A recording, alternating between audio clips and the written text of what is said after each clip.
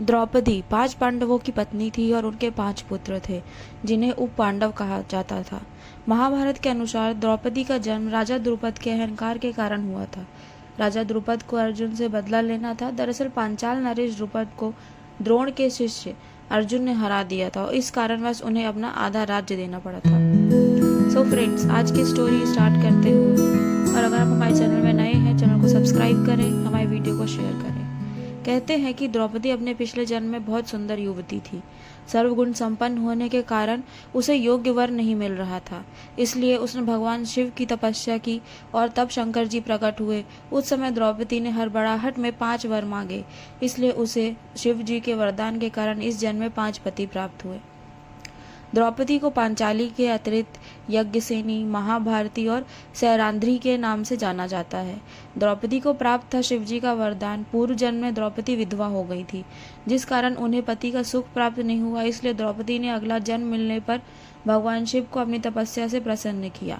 जैसे जैसे वर्ष समाप्त होता गया, द्रौपदी एक पति के साथ समय समाप्त होता गया, दूसरे पति के साथ रहना शुरू होता गया।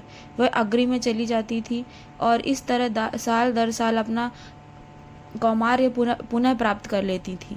समय के साथ द्रौपदी के 5 पुत्र हुए, प्रत्येक पांडव से एक। वे उप पांडव के नाम से जाने जाते थे। पांडवों को सूर्यवंशी माना जाता रहा है।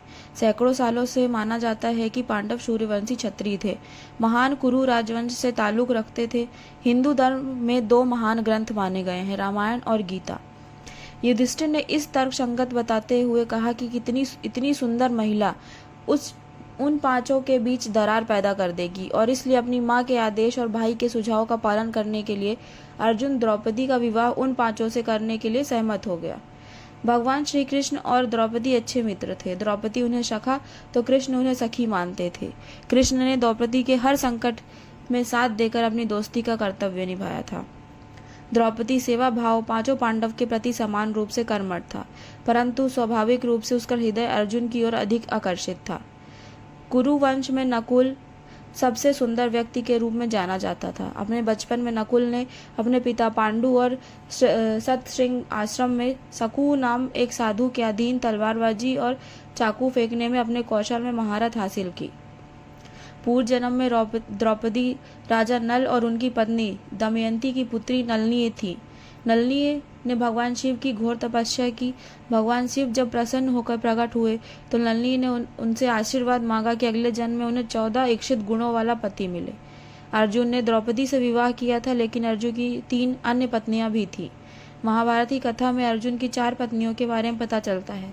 द्रौपदी के अतिरिक्त अर्जुन ने उल्पी, चित्रगंधा और सुभद्रा से भी विवाह किया था। द्रौपदी ने 5 पांडवों से विवाह किया था। समय समय पर वह 5 पतियों के साथ रमण करती थी। द्रौपदी ने 1-1 वर्ष के अंतराल से 5 पांडवों के 1-1 पुत्र को जन्म दिया। इस तरह द्रौपदी के 5 पुत्र थे। परीक्षित के पुत्र जनमेजय, जो पांडव वंश के आखिरी राजा थे। महाभारत के इतिहास के आकलन के अनुसार पांडवों और कौरवों की आयु 65 वर्ष से 85 वर्ष के बीच थी। कुरुक्षेत्र युद्ध के दौरान भीम ने अकेले ही युद्ध में 100 कौरव भाइयों को मार डाला था। ऐसा माना जाता है कि उनमें से लगभग 10,000 हाथियों की शारीरिक शक्ति थी।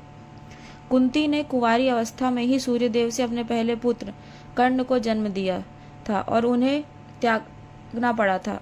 उसके बाद बच्चे युधिष्ठिर, भीम और अर्जुन उनके पति पांडु के आदेश पर इस मंत्र का उपयोग करके पैदा हुए थे, जो जीवित रहे बिना सहवास नहीं कर सकते थे। द्वापर युग समाप्त हो रहा था और कलयुग प्रवेश कर रहा था। उस समय राजा परीक्षित थे, इसलिए कलयुग के पहले राजा परीक्षित को कहा जाता है। जनमेजय, जो परीक्षित का पुत्र था, पांडवों और द्रौपदी की स्वर्ग की ओर महाप्रस्थान के दौरान रास्ते में हिमालय पर्वत से गिरकर मृत्यु हो गई। उनके पास गिरने के कुछ कारण हैं। सबसे पहले द्रौपदी गिर जाती हैं क्योंकि वह अन्य पांडवों की तुलना में अर्जुन से अधिक प्यार करती थी। सभी पांडवों की पत्नी होने के नाते उसे सभी से समान रूप से प्रेम करना होगा। सो फ्रेंड्स, आज की स्टोरी में इतना ही। जल्द मिलेंगे न्यू स्टोरी के साथ।